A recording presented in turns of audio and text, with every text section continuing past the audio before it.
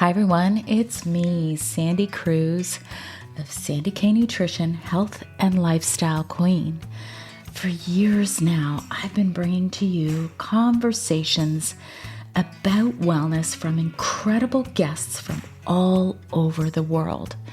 Discover a fresh take on healthy living for midlife and beyond, one that embraces balance and reason without letting only science dictate every aspect of our wellness. Join me and my guests as we explore ways that we can age gracefully with in-depth conversations about the thyroid, about hormones, and other alternative wellness options for you and your family. True wellness nurtures a healthy body, mind, spirit, and soul. And we cover all of these essential aspects to help you live a balanced, joyful life. Be sure to follow my show, rate it, review it, and share it. Always remember, my friends, balanced living works. Hi everyone, welcome to Sandy K Nutrition, Health and Lifestyle Queen. Today, my guest is Brenda Farrugia of So Brilliant. Brenda has already been on my podcast. She was on episode 260, Quantum Journeys. We talked about energy healing, beam therapy, and this week we are talking about how to protect our energy in a world where our energy is so vulnerable. I think this is just such an important conversation. And I think it's even more important now because we don't even realize where we are actually having an energy exchange because we live in this virtual world a lot of the time. And so Brenda and I are going to actually break this down and provide you with some tangible information where you can learn discernment and learn a little bit about, oh my gosh, like I'm giving my energy away here. Is this why I feel depleted? Because you may not even realize it. I'm going to ask you to share this episode, share it on Facebook. Share it on Instagram, share it with a friend through Messenger, whatever works for you. But I ask you to share it because this is how I've been getting amazing guests and topics every single week, because this is how people learn a lot of the time. Yes, I post on social media. By the way, follow me on Instagram, Sandy K Nutrition, Facebook, TikTok, anywhere you do social media. I'm on YouTube, I'm on Rumble. It's Sandy K Nutrition everywhere. So yes, I do post on those social media platforms just to create awareness. However, when you share with a friend, I think it's just more powerful. And when you engage with my content, it's also very powerful because I don't know if a lot of people realize that when you like or comment or share my post on social media, you are actually helping the algorithm to show my post to other people. And yes, it's an energy exchange, which is everything that we are talking about today, my friends. If you like my content, tell me you like it, because that actually creates a positive energy exchange, and it is a form of reciprocity. I consider it as a thank you. So if you go to somebody's house for dinner and they make a wonderful dinner for you, do you say thank you? Yes, you do. So when you do these kinds of things for me, it's a thank you. That's what it is. And everything that I do is passion over profit. So when you do this for me, it helps me to keep going. And it's over 5 years. And I am just about to hit 1.4 million downloads. You guys, I'm not a celebrity. I'm not anybody, in this giant world of podcasters. But what I'm doing is I'm trying to put good out there, and I'm trying to put information out there, not to dictate what is health, but to help you decipher your best health. Something that I also do is I write. I am an English literature graduate, as well as a registered holistic nutritionist, as well as a certified metabolic balance coach. And I'm some chick who's going through menopause without a thyroid gland because I had thyroid cancer at 41. So my entire passion and premise in this world is to share that there are different ways that we can do things outside of what mainstream media or what one doctor tells us or what one influencer tells us. So if you resonate with what I'm doing, please follow me on the socials, Sandy K Nutrition, everywhere, and follow my short essays that I write. I am starting to go a little bit more on to medium.com. I'm on Substack, sandycruz.substack.com. Follow me there. These are not articles to tell you what is healthy and what is not. It's just there to help you to explore what makes sense for you in your health and to help you age better. Now, another endeavor is that I am working with a company called TKG Partners and Ripple Distribution, where they strategically build brands. So I have been brought on as the Director of Business Operations and Brand Manager for the Health and Beauty channel. This is my husband's company, and we have partnered because it's such an amazing synergy. He already does this. He's been doing this for many, many, many years, bringing brands to market on a B2B level to large retailers.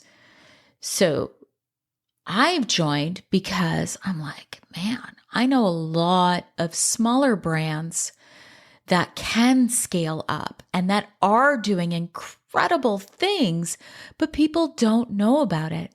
So my role is to help bring better brands on the shelves in the health and beauty channel. If you have a product and you're doing great things and you're ready to scale up, to the Costco's, to the Walmarts, to the Best Buys, wherever, large retailers, then please email me, sandy@sandyknutrition.ca or sandy@tkgpartners.com. And now let's cut on through to this amazing episode with Brenda Farrugia of So Brilliant. Hi, everyone. Welcome to Sandy K Nutrition, Health and Lifestyle Queen. Today, I have a return guest. Her name is Brenda Farrugia of So Brilliant. Brenda is a transformational quantum energy healer with a natural ability to remove negative energy and spiritual attachments. Brenda's mission is to support those ready to liberate themselves from negative influences and elevate their consciousness. She offers practical, intuitive, relatable, spiritual approaches to help you raise your vibration and unlock your full potential. Now, we did have a recording prior to this about beam therapy, and that one will be coming out before this one. But today we're going to talk about how to protect our energy in our world where energy is just so vulnerable. And I feel like more than ever, a conversation like this is really, really important only because we're giving our energy away everywhere on social media, through technology. Think about Chat GPT, like AI, like we're giving ourselves away in ways that we're not even thinking about. And Brenda and I had a conversation the other day, it was last week, and I was like, oh my God, we need to record about this because it's just such an important topic that people don't think about. So I'm so, so happy to know you. And I'm so happy that you're here again, Brenda. So, with that, welcome. Thank you for coming back. Thanks for having me again. It's always a pleasure chatting with you, Sandy. These conversations just kind of flow and it's a lot of fun. Yeah, they do. They do. So, for those of you who haven't listened to the first episode, with you, I think it's important that you just kind of give us a brief introduction of your story. Maybe let us know how you just got into this reading of energy. Okay. Well, sometimes we're just born with it. And that's really my story. I was born with it.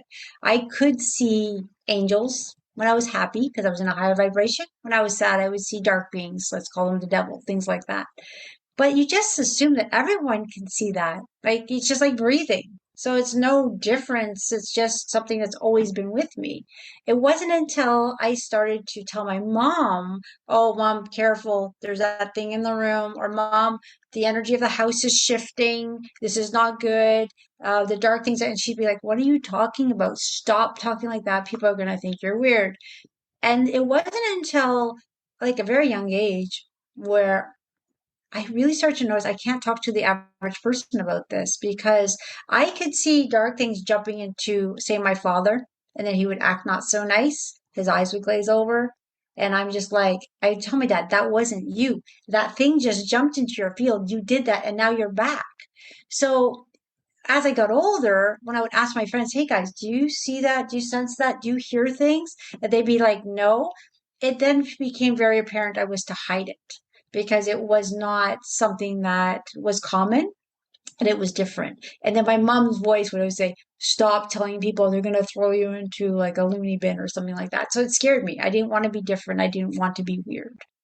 I think the energy of this whole world is changing and I get it. I mean, I so obviously I never was attuned to anything like that when I was younger, but what I was attuned to is that the way that I thought about things was different. Yes. So, and I'm an English literature graduate, and it was so funny, Brenda, when I was in university, I would have interpretations. You would interpret Shakespeare and you would interpret all of these texts, and I always had a different interpretation. I was never like everyone else. And so I was almost embarrassed about it. Yeah. And I was like, why am I different? And I wrote a lot of poetry back in those days Mm. because I felt like that helped me to be okay with me when I was different from everyone else. Yeah, yeah, you find your outlet. My outlet was running into the forest, and we had a forest close by, and I would sit there with all the animals, and I used to have these little birds running around, bunnies, and I would talk to the trees and animals because they understood me. And that's where I felt the closest to being home was in nature. And, as I started to realize, as I could hear people's higher self speaking. So now I'm having a conversation with a 3D person, but I'm getting so much information from them. I said, well, I'm not supposed to know this much information of them. That's not appropriate. So I would shut it down and not listen to it. So I've learned how to live in this 3D world, although there's so much information beyond it. And now I only tap in when I choose to tap in. It's easier now. But before it was like all coming at me all the time. And I'm just like, why did you just say that to me? I didn't say anything. Yeah, you did. But then I realized, no, no, I'm hearing something else speak because people have entities in their field, darkness, and that I can hear very well. And people's darkness does not like me. So it says some very choice words to me now and then. But now I realize it's a very independent from the person itself, and I can distinguish all that. So So, just adapt.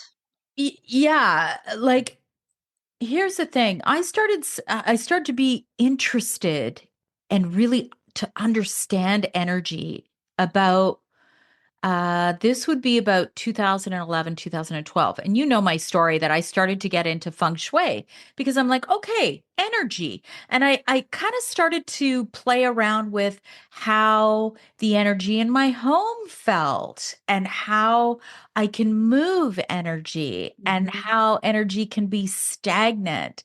And so that's how it began with me. And now, whatever, 12, 14 years later, however long it is, now I feel like in almost every situation, Brenda, Mhm.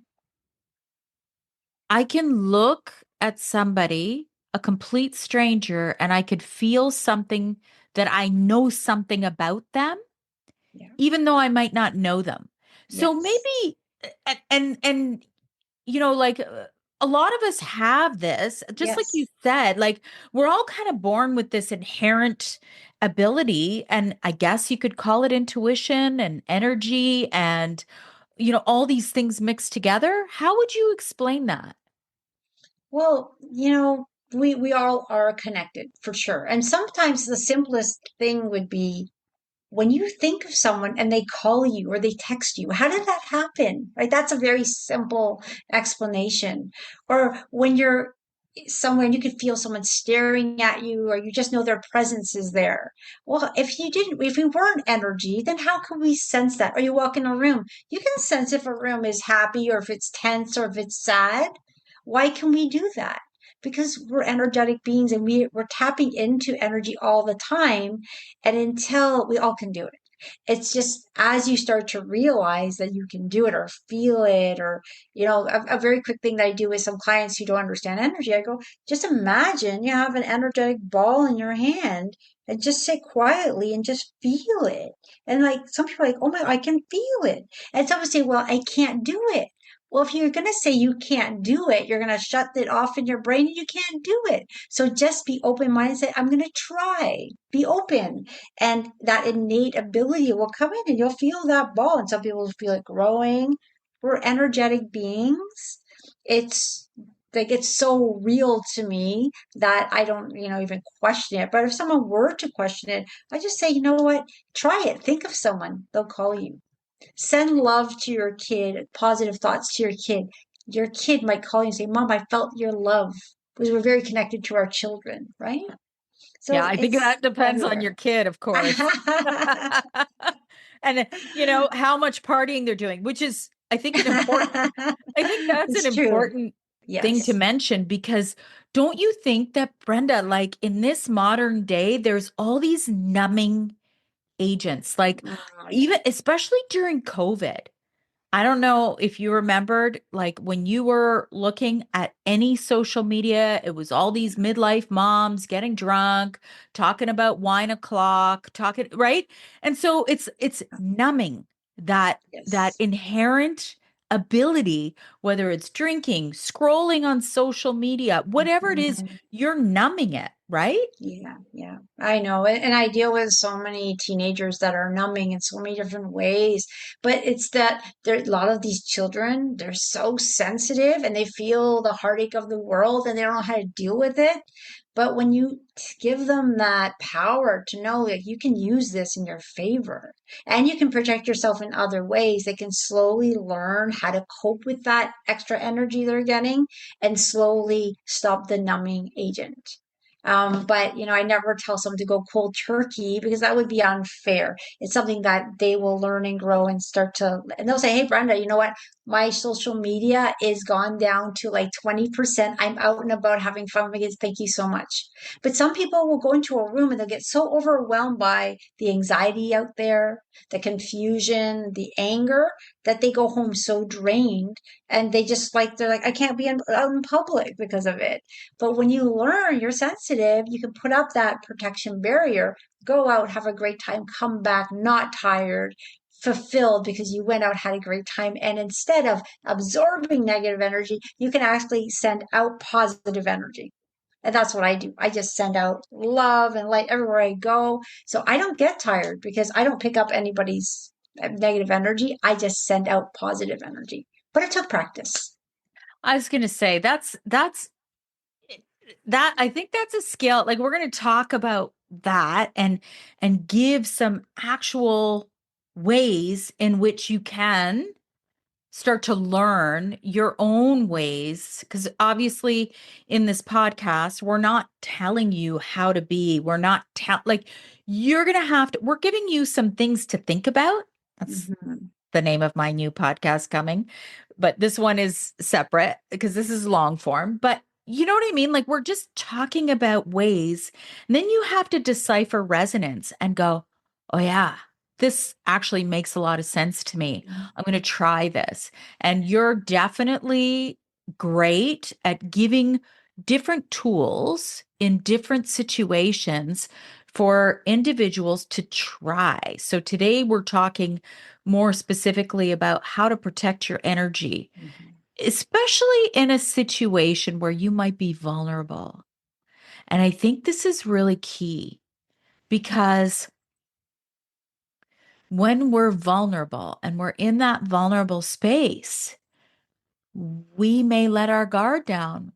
We may not know that we are open, right? And then when we're open, I'm not sure if I'm describing it right, but when we're open like that, then we kind of make ourselves a little bit more vulnerable. Do you want to get into that a little bit, Yeah, Brenda? first I'd like to say that there are some people that are naturally open all the time and they don't even know it. And I was one of those people, extremely open. Anyone could read my energy that had the ability to do it. And I didn't even know how to close myself and protect myself. And because of that, I was taken advantage of energetically by many different people. But I always think all those experiences were my challenges to learn more about how to protect myself so then I can teach it. Oh, I tried this, it didn't work, and I tried that, didn't work, but I tried that. In this circumstances, this worked. And then I just give all this information so people can try what works for them. But those people who are empathic, sensitive to energy, we do have a tendency to be more open, which is a blessing and a curse because when you go for an energy healing with a good person, you will get a tremendous healing because you're so open. But on the other side of that is you can also pick up negative energy or be bombarded with negative energy easier. So it's kind of got that, that good and bad thing to it, right? Yeah, and I'm planning a weekend away with some of my best friends from childhood. And they're still my best friends. And there's a spa there, and you might find this interesting. So some people love to go for massages, and I personally don't let anybody touch me unless I know them. And unless, like, okay, maybe I'm a little overly cautious because just like what you said, if you're protective enough with your energy, it's not going to impact you. But I feel like over the last few months, I'm in a little bit more of a vulnerable state. So I'd rather just kind of harness and almost like hold and take care of my energy Yeah, in a that sounds situation. fun. Does that make sense? Like, It does. And what you're doing is you're following your intuition at this stage. You know what? No one's coming into my energy field. And that is your right. I believe the protection of our energy field comes with self-love and discernment, which is something we build over time. So I believe it's a-okay to say, no, that person's not coming close to me. No, I'm not going there. I don't feel comfortable in this situation. I'm leaving. But when we're pleasers and we don't have that self-love or boundaries, even though we know like our body's telling us it's not good for us, we'll still walk into it because I don't want to hurt that person's feeling, or I want to do what all my friends are doing. And if they think this is a good thing, I'm going to go jump in. And then the more sensitive ones can actually have the more detriment from the experience, whereas your friends were fine, but you weren't. So the fact that you're listening to yourself is beautiful. It's all about empowerment and doing what feels good to you. Even in even in a social situation. So this is just an interesting observation that probably a lot of people don't think about. I've always been more reserved with my energy, Mhm. meaning I'm not touchy feely with people.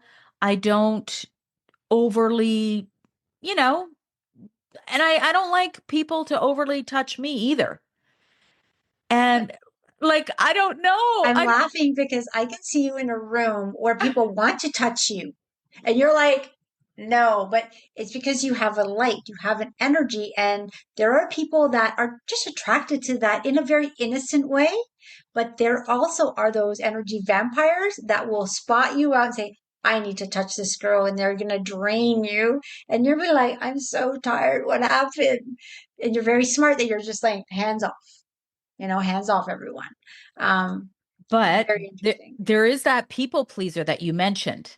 So that aspect, it's like a lot of times I struggle with that. I'm like, but I want to be nice.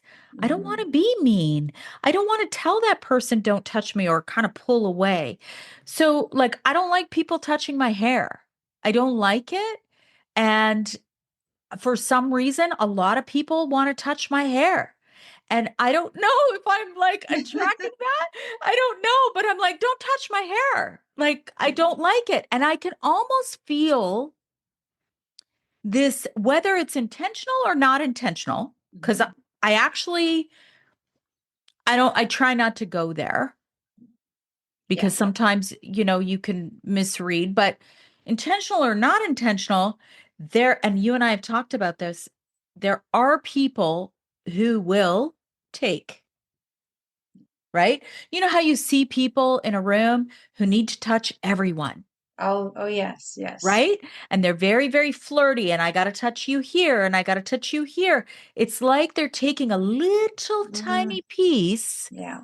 of every person to gain that energy for themselves, whether it's their intent or not. And Yeah. so I'm trying to get better at that, Brenda. But Yeah. I recently told someone who loves to hug me or my daughter, I said, no more. Because I can feel like, and I put up my protection. It's like, I'm not here. I do the work. I have my light. I'm not here to just give it away at will for someone to take it. It's mine. Right now, if I'm in a state where I'm sending it out, love, yeah, take it, everyone. I'm here. That's what I'm doing right now. But when I'm unsuspecting and you come at me for that, I've actually said no. And now the person doesn't want to be around me at all. Well, of course, because I'm not feeding what they wanted unconsciously perhaps. Maybe it's not intentional, but that's what was happening. And I just like, okay, enough's enough, right? But it's all about self love. This is, I matter. But in the past, like you said, I would let anyone do anything to me. Yeah, yeah, take whatever. I'll go home exhausted. And Brenda, come out with us. Yeah, I'll go out again, do it again, come home exhausted.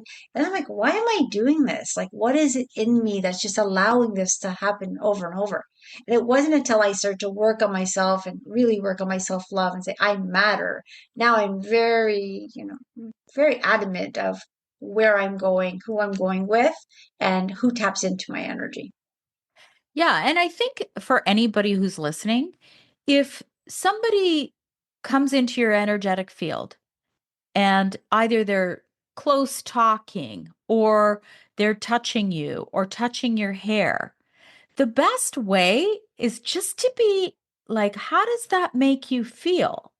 It's kind of like what you're saying. There are some times where you're like open and you're accepting and you're like, I'm okay with this. And I'm giving the love and I'm feeling the love. But then there's some times where you go and you kind of, so I guess a good way is just to tap into how you're feeling.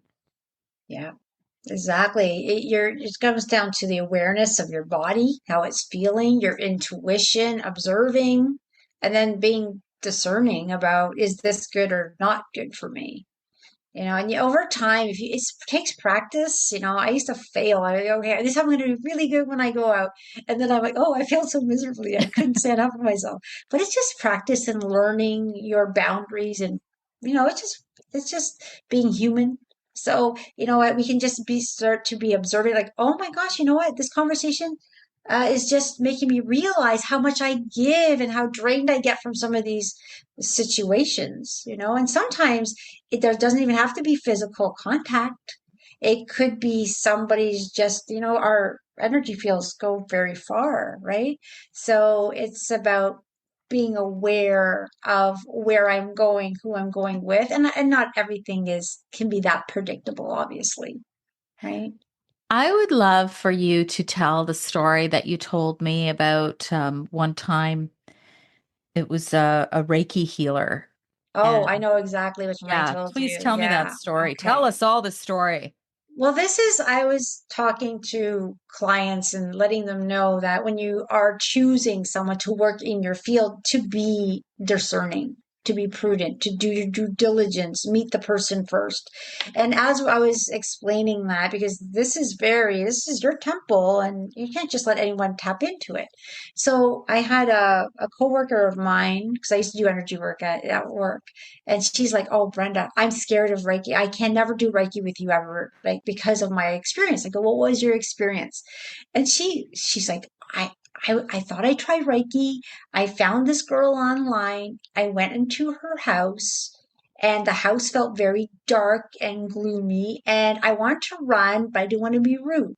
She then took me into her basement, into a room, and it was a scary room with a scary table. And she told me to lay down. And I looked at her like, what are you going to do? She goes, "I'm going to give you a Reiki session." And she's like, "But what are you going to do with me?" She says, "I'm going to give you my energy." Well, first of all, you never want a practitioner's energy. It should never be my energy. You're getting the flow of energy, right? And this girl was terrified, but she laid down and allowed this woman who did not look healthy to steal her energy. When this girl left, she said she was sick and felt drained for days after. So energy work or Reiki elicits a lot of stress and fear. So she had a session with me, and I said, "This is the way it's really done. A, you have to feel comfortable. Are you comfortable? Yes. All right. You're not getting my energy. You're getting divine energy that flows through me. I am not the healer. I'm not doing the work. It's divinity that's doing the work." So, number one, I would say, and I told her this and a lot of people, is a practitioner should never say, "I'm healing you. You're getting my energy." That is not it. We're acting as a conduit. We have a gift to do that. We're creating a healing space for you to take the opportunity to heal. The healing is you are doing the healing through the space provided, right? So, yeah, I've had a lot of miraculous healings with people, but I didn't do it. I created the same space I did for the other people, but that person had allowed it, right? So, when you have EGBs, that icky feeling, have the courage to say, "I'm leaving." I always ask my clients before, even when they come, I said, "Are you comfortable? Do you want to continue?" Because maybe they're not. I usually do a discovery call first just to ensure the energies, match. They can ask me any questions. So when you're going into a practitioner's office, make sure they have reviews. Do they have a website? Are they showing their picture? If you ask them, can I speak to some of your clients directly? The answer should be absolutely. How many do you want to speak to? Nothing should be hidden, and the space that they show on their website should be the space you're going to, not a secret room in the back of their place. Because a lot of us, including me in the past, and I have a little bit still of it, are pleasers. And when I would walk into a dangerous situation, I didn't want to hurt the person's feelings. So I would just carry through. I've been to some pretty bad healers that have actually done more damage than good. And I didn't want to hurt their feelings. But that was the old version of Brenda. But now, through my experience and through other people's experience, I can explain what to look for. Another thing we spoke about was the packages. I don't know if but packages are nice. I'm not saying, don't give people packages because you can give them a deal on pricing. But a package should never be forced. Never, never be forced. I mean, have a session if you liked it and you want to inquire about. fine. But if someone says you need to buy a package or they become pushy, that's a telltale sign that no one should ever push you into an agreement to have a set amount. I always tell people, you know what? If you're coming, have a session once, see how you feel. And you know what? If you love the session, if you would let me know, then try at least five because five can give you huge changes. But some people only need one because they just allowed so much healing. That's all they need. But I would never force anyone. So it's that, that energy of that desperation. I need to keep you as a client. You know what? A lot of my clients go and come and come and go. And I always say, you know what? Now you've tried energy work, go try different modalities, but you know what to look for, right? Okay, that's important to note. Just be careful of that pushy salesperson feeling when you feel like you're being pushed into something. And another thing that we touched on was how a lot of times what can happen, and this is obviously not, we're not putting a blanket statement on all energy healers or even massage therapists or anybody who kind of gets into your field. But if you're not getting better and if you're getting worse, do you want to talk about that? That might be them Oh, kind yeah. of kind of keeping you there.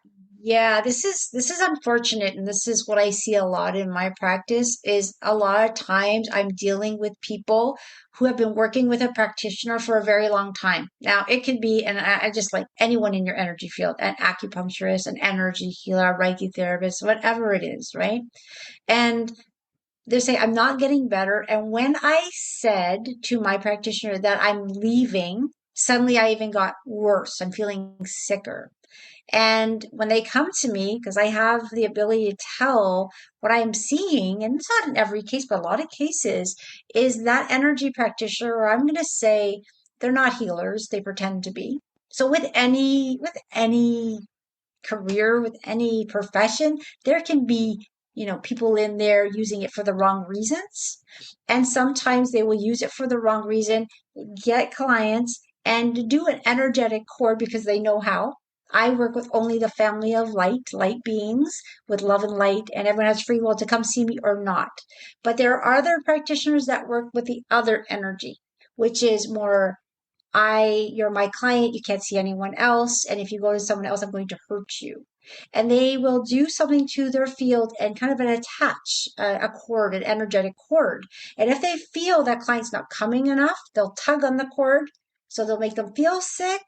And then, oh, I need to go see the person. And then if they get fed up, their inner being saying, this isn't good for you. They start to wake up and say, you know what, I'm leaving you. They can actually get even worse. And that's because that practitioner may be doing something to hurt the person. So what happens when they come see me is I actually have to cut all those energetic cords, repair their field, and say, if that practitioner calls you, texts you, no contact, done. You're clear from them, but don't go back to them, right? They don't have to necessarily see me, but at least now do your due diligence and go with someone who feels better to you, right? A lot of people meet the wrong practitioners because they're in a bad space at that time. So they're lower energy, they're attracting lower energy, and that's what happened to me. My practitioner that I used was actually harming me. She told me once, this is when I was like, I didn't even know I had a gift. Like, she said to me, "You'll never get as more powerful than me." What did that mean? I was like, it went over my head, didn't even make sense. But somebody heard her say that. She goes, "You better watch out. Look what she said to you." I said, "No, no, no. She really cares for me. She's helping me." But then years later, I found out how much damage she did to my energetic field that I had to have repaired by someone much kinder and much more loving. So there's this little thing in the background that people aren't aware of. So the best advice I can give is do your due diligence. And let's say you start working with a practitioner or you're telling your friends, hey, I'm going to go work with this person. And they all go, are you sure you want to work with that? They might be seeing something that you don't see and they're trying to protect you. So be open minded, say, you know what? Or if you missed an appointment, Did they get angry that you missed the appointment? Do they want you to pay for the appointment? Oh, yeah. Like, feel their tone, right? I went to a beautiful practitioner, an osteopath, and I honestly missed her appointment. I did, And she says, you know what, Brenda, this is your first appointment. No big deal. Just reschedule. I said, well, I'll pay a fee. Don't even worry about it. It would be fine if she said pay like a missed fee. But there was a kindness there. I could feel it. And I trusted her with my energy. But sometimes I hear the horror stories. One lady was going to this practitioner, actually, it was being done remotely, some girl in the States she was seeing. And she told her, I need to stop coming. And you know what she said? She said, no, you have to keep coming, but now your price is going higher. Mm. I mean, who does that? So, Warning signs, warning signs, warning yes, signs. yes. And I think a very important point to just kind of stand on for a second is when you are in a lower vibrational state, you may be attracting lower vibrational help. So I just think it's so important to just kind of pause for a second and think about that. So often, and when you vibrate low, okay, we're not always, a lot of times it relates to our physical illness that we may be having. I have a sore back. I need to go see a massage therapist. But how am I vibrating? How am I feeling? Am I feeling low overall? So the reason I say that is I remember after I had my thyroid out, Brenda, I got with a practitioner and it was like I could never get better. And Mm-hmm. then it was like, you need to do this test now. And this test is $500. And now you need to do this test. And let's do a little bit more investigation with this test. And meanwhile, thousands and thousands of dollars later, I'm like, this doesn't feel right. Like I'm not getting better. And so during that time, I actually started to work with a shaman because vibrationally, I was very low and I was in that victim state. My daughter had just had cancer. Now I have cancer and I can't feel like who I used to be. So I worked with a practitioner and honestly, you know how you say there was people who just kind of saved you in situations that saved you? I Mm-hmm. still look back at her and go, I feel like she almost like picked me up and pulled me out of that situation and set me down gently and said, no, we're going to go from here. I'm going to help you. And she did. So I think that these little important notes are important to take note of, especially now because people can do damage even virtually. And we should talk about that. Mm-hmm. Yeah, yeah, that's another thing out there. Oh, one thing that blows my mind. I'm more of a content, creator. I'm not one that pulls in because there's so many things on the there's a lot of good stuff and there's a lot of not stuff. But sometimes if I'm just taking a peek, I get really like blown away. And this, I may not be popular for saying this, but there's some energy healers out there that will say, I'm going to give you this energy. Say yes to it right now. Say yes. And then people say they're feeling, and they'll make comments. I say yes. I'm feeling the energy. Yeah, you're feeling the energy, but where's that energy coming from, people? Why? Like, I'm not saying they're all with malintent, but you really need to be careful who you're saying yes to. And, people can send you energy just by sending it without your intent. Now they're saying, say yes to this energy. And then watch their words. They might say, my energy. They're not, creating a safe space to allow divine to come through. And they're saying, say yes. So I would caution people to be careful what they're saying yes to, and being so open to a meditation like that or a energy healing. A lot of clients come in and say, Brenda, I did this thing online, I got this, like I felt good, and since then I'm having nightmares and I don't know what's going on. I'm not the same person. and they have interference in their field, which we have to clear. And a learned lesson, be careful what you say yes to. This is your field, protect it. And Hmm. it's great that story you said about, that person that was taking advantage. Your inner being woke you up and say, this isn't right. And you listened. So a lot of us will get that this isn't right and will ignore. And that's the self-love thing. But as you start to really tap into your intuition and listen, what I do, I wake up every morning and I ask for discernment and wisdom, and that my higher mind, divine mind lead my day. Because I used to kind of live life through my emotional response, my I don't know, my need to help everyone, and it always got me in trouble. So I'm asking for, that connection to, like, show me the wisdom, show me what's really going on here. That's another powerful ask. Show me what's really going on here. Reveal the truth about this person. And they will slip up and say something evil, and you'll be like, I knew it, right? Yes. And, one thing I will say, and maybe you've heard this, if you dull your innate ability to be able to sense these things, Mhm. then it's going to be harder. It's kind of going back a little bit to what we talked about, but I want to ask you this.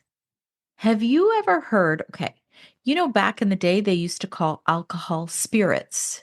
I don't know, because like I'm not either way. I'm always about the balance. I'll have a few drinks here and there in certain situations. I don't drink very often, but I have heard that there's a reason why alcohol is called spirits because you kind of open yourself up energetically to potential issues.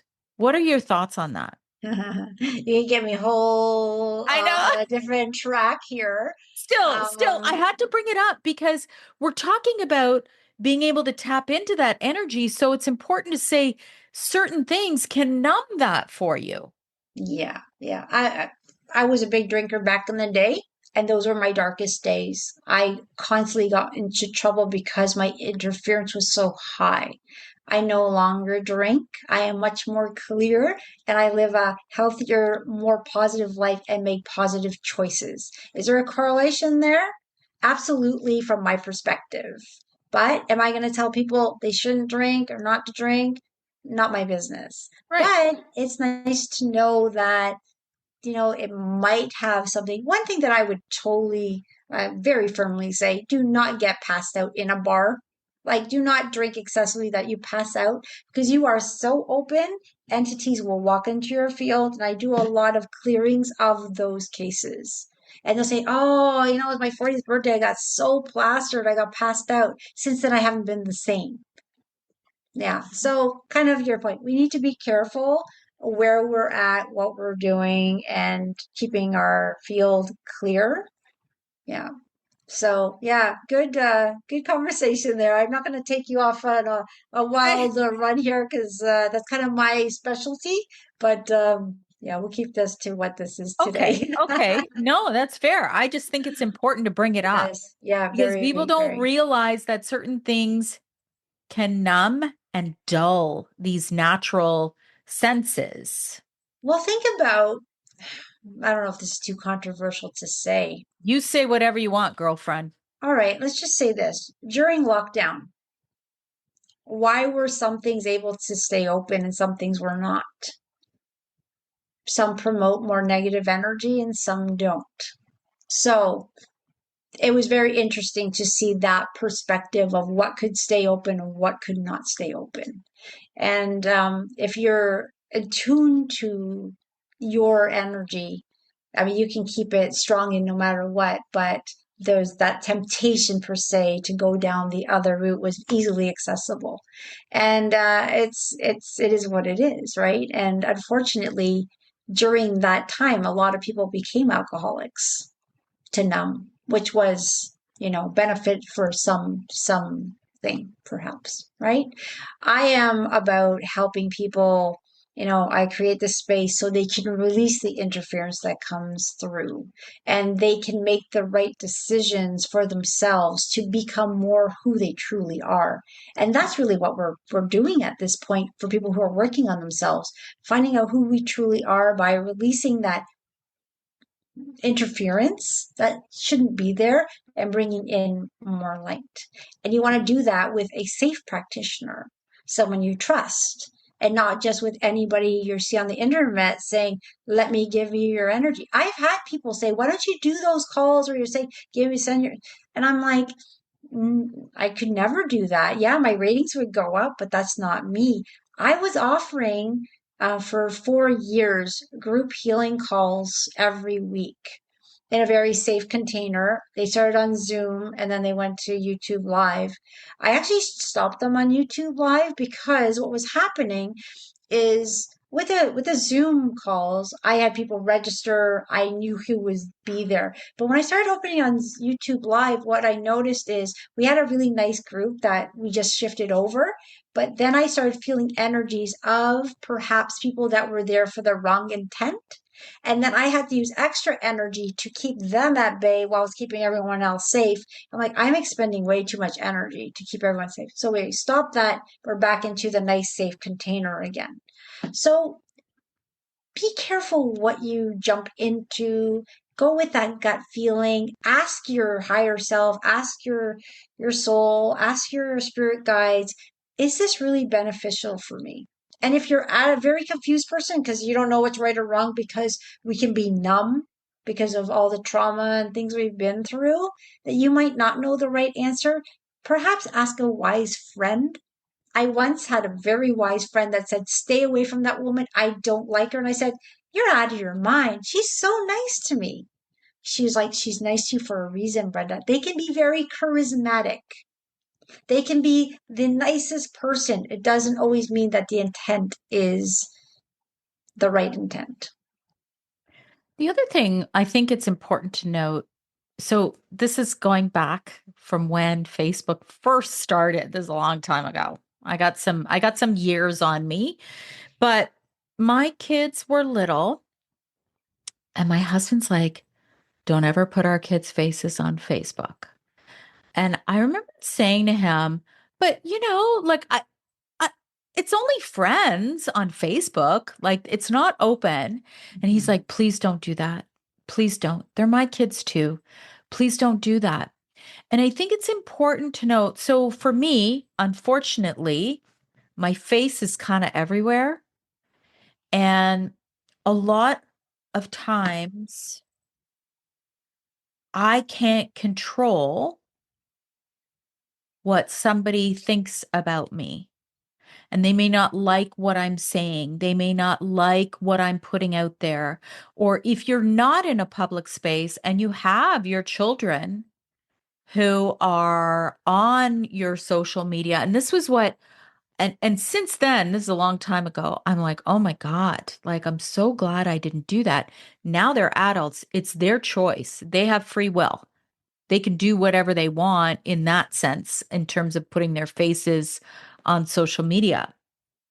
But, you know, I know that not everybody has good intent. Even if you're in a private space, you may have somebody from high school who might resent you and say, oh my God, like Sandy bragging about her kids again. Like it's like that discernment. But for me, I'm in that public space. Like, what about like you hear about psychic attacks and poison arrows and all these different things that can come at you from just your picture? Yeah, actually, what you're speaking about has truth. And I actually specialize in this and I went to training for it. And I was dealing with clients for many years and they would ask me, do you believe in black magic? Do you believe in the Nokula? Do you believe in the evil eye?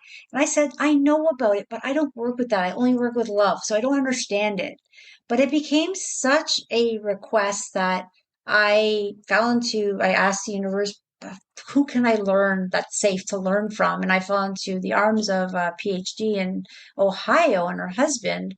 And I worked with them for 8 days and learned about all the different ways someone like me works with the light. But there are practitioners that work with dark energy that learn how to manipulate dark energy to do exactly what you're saying, to cause turmoil in someone's life that they don't even know. A lot of the work I do is breaking black magic.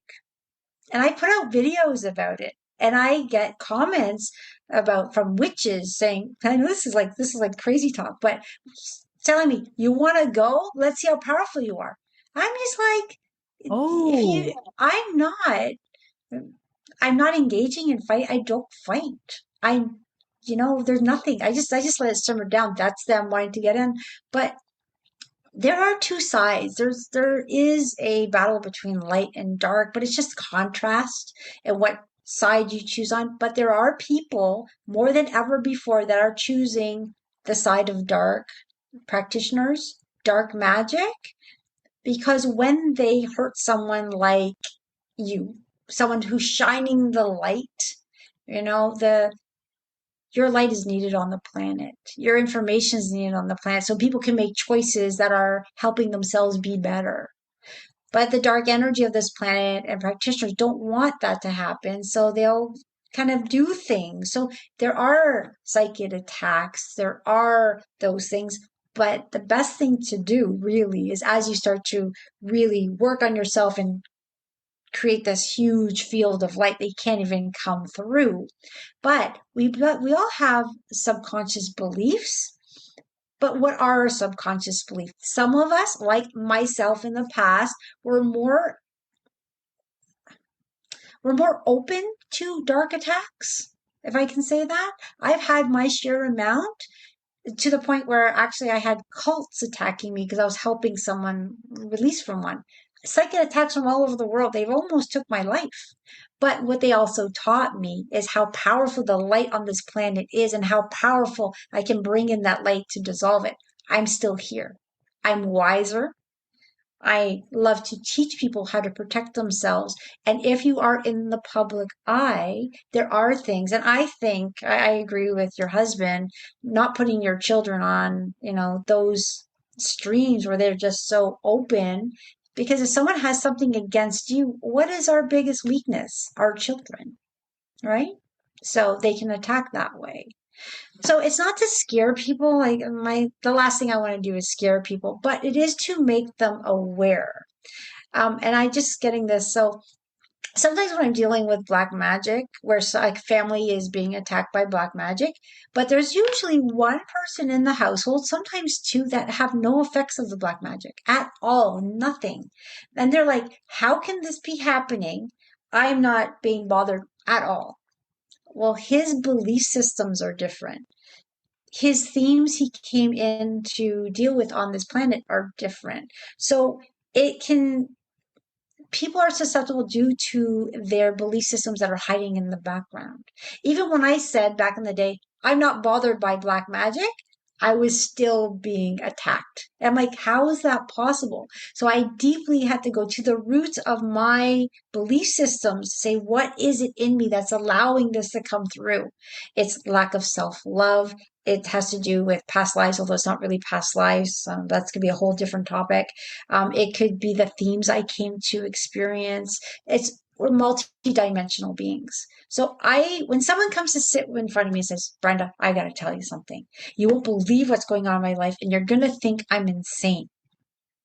I stay very open-minded because I was once in that person's situation saying, no one's going to believe what I'm going through because I'm being attacked energetically. I can feel it. I'm drained. No one understands it. So it is a thing, but it's not a thing for everyone. So you do what you can to protect yourself and your children. so okay. One of the things that I do regularly is I try and get as close as I can to nature every day, every single day. If I don't do that, I feel off. I feel like, and speaking of, we were talking about the pandemic. At one point, they were telling us that we weren't even allowed to go outside, right? And I'm like, screw that.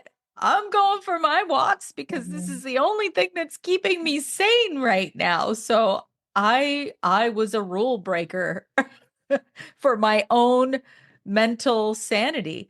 But there are a number of things, and it's interesting because there's a lot of people online who label themselves as this or as that, like very specific labels, like I am the witch of the north.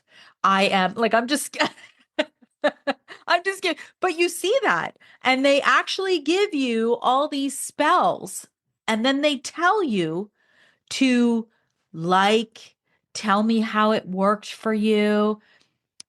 So when you open up to it, you go, "Oh my gosh." Like it's everywhere. And then you have that connection as soon as you Yeah. do that.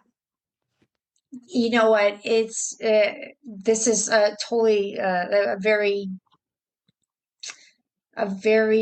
touchy point, like for me, because I've been attacked by black magic, and it destroyed my life so many times. But I've overcome it, and it bothers me, or it doesn't bother me, but just I just like to educate people, because sometimes I see families falling apart, and that's what's happening. And there's people blatantly doing it and proud of it. This is like, I don't know. I don't understand that mindset. I don't want to judge it, because obviously that person must be really hurting and gone through so much trauma to think that they have to hurt people to feel better. Like that's sad. It's Yeah. sad. So I don't Yeah. want to judge them. And another thing is, when I break black magic, well, when I say it's me, it's not me. It's we have I have a team that I work with, and when black magic is broken, we never send back negative energy to the one that's doing it. Instead, we send love, because the reason they're misguided is they're hurting as well. We're all divine beings. So if that person needs love, we'll put a cord from them to divinity so they'll get the love they need. But we never send, like some people say, oh, you want to go? Let's see what you have. All I'm going to send you is love. And you can't fight love. You can heal from it, but you can't fight it. So I kind of got a little bit off track there, but the key is people are doing it, and there's actually signups. I've actually had invitations to join the dark side. Oh, you can become this and fame. I don't care about fame. I care about the love within me. Whoever, if I can change one person's life, then that changes another person's life. But they try to tempt you with, money, this, fame, all that stuff. But some people like that, and they'll start dabbling into it, and then they'll get stronger, because the more damage they do on a subject, they get stronger and more powerful. So what people will notice, if they've had a black magic attack, it starts off little things, and then gets to much bigger things, and then much bigger things, then spreads to the kids and the house and the whole family. And then at that point, they're at like, what the heck is going on? That's when they call me. But it's better to call when it's just starting. Things are going off. I don't feel myself. I spoke with this woman. She gave me and I don't like it. And then, we can kind of get it before it gets too deeply rooted. It's like a seed that grows. And it's not everyone's susceptible to this kind of stuff. Like I said, it has to do with the themes we came here to learn. But what I would say a generality is, empathic people, ones that had the pleasers, the ones that lack self-love, are a little more susceptible to it. And then that strong, balanced person in the house, they're like, they don't have that programming. So it just kind of like, it can't touch them. But it can be real for some people who are suffering from it. So if someone's telling you in your household, and you might be listening to this and saying, oh, this makes no sense, but maybe you have someone, a friend or someone in your household, that's saying like, I'm not feeling right, but I don't know what it is. Give them the benefit of the doubt. Give them the benefit of the doubt, because they might be experiencing something that you can't understand. I mean, in health and wellness, there are some really, really good examples of exactly what you're talking about. So there's you know, the energetic that you can't do a diagnostic test for. But it's kind of like you have mold in the house. We talked about this, Brenda. There's Mm, mold in the house, and we have four family members, and only two of them actually got sick from the mold, and the other two are fine. It's because there's something within them that's more resilient. It's just like epigenetics. Well, what causes certain genetic expressions to happen in some family members, but not in others? Like autoimmune conditions.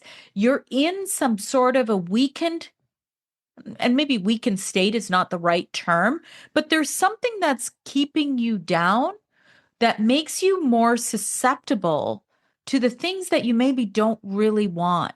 Does yeah. that make Yeah, it sense? makes sense because we're all unique. We all came here with our own missions, our own soul missions, our own things to learn and explore and experience.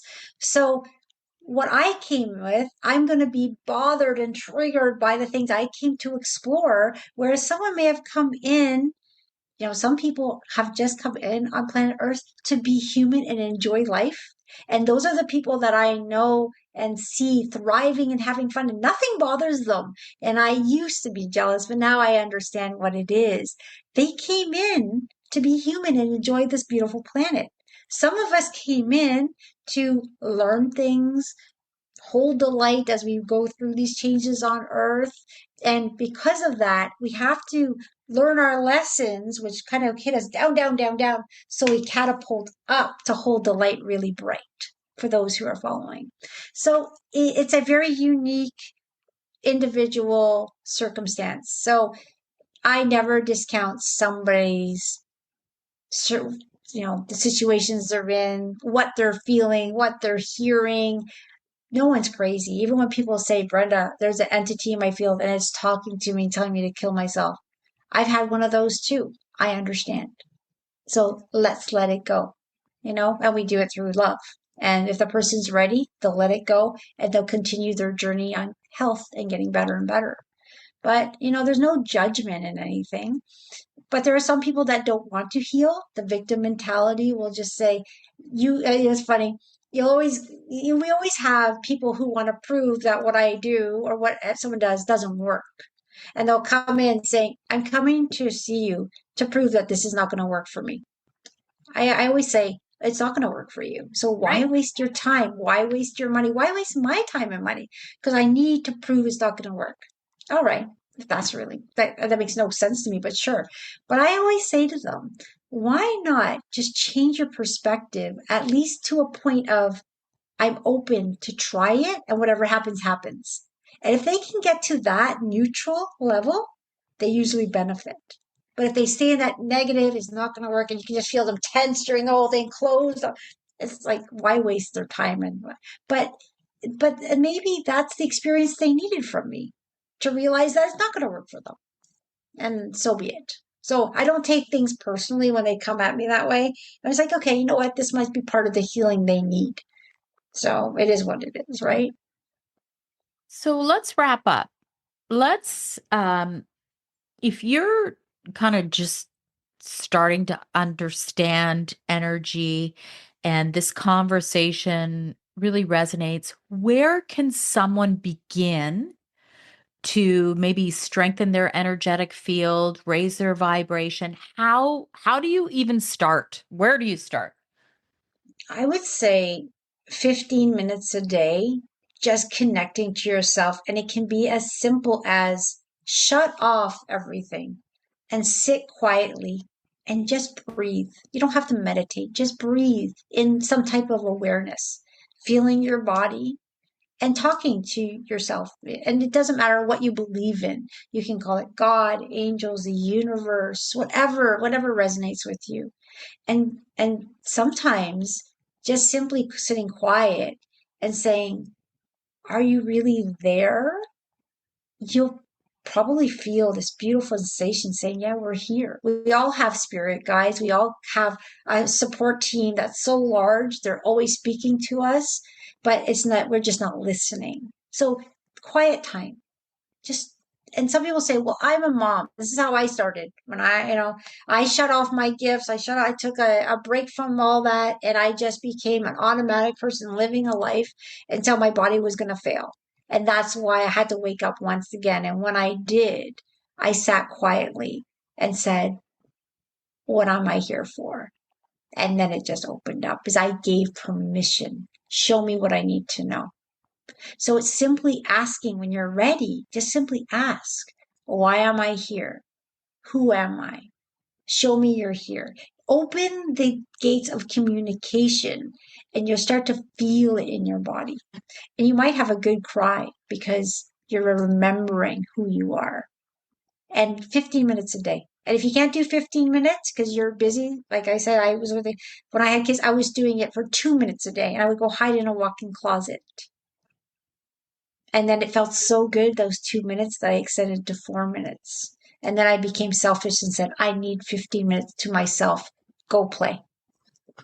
Right? So you'll start to build that love, that connection. Yeah. I think that is an absolutely beautiful way to start and end our conversation. So for those of you listening, a great way to start and a great way for us to end. And I really have to say, I appreciate you so much, Brenda. And I loved this conversation so, so much. Thanks for having me. They're always fun. And I don't know where the time goes. So it's such a pleasure. Thanks again. I hope you enjoyed this episode. Be sure to share it with someone you know might benefit. And always remember, when you rate, review, subscribe, you help to support my content and help me to keep going and bringing these conversations to you each and every week. Join me next week for a new topic, new guest, new exciting conversations to help you live your best life.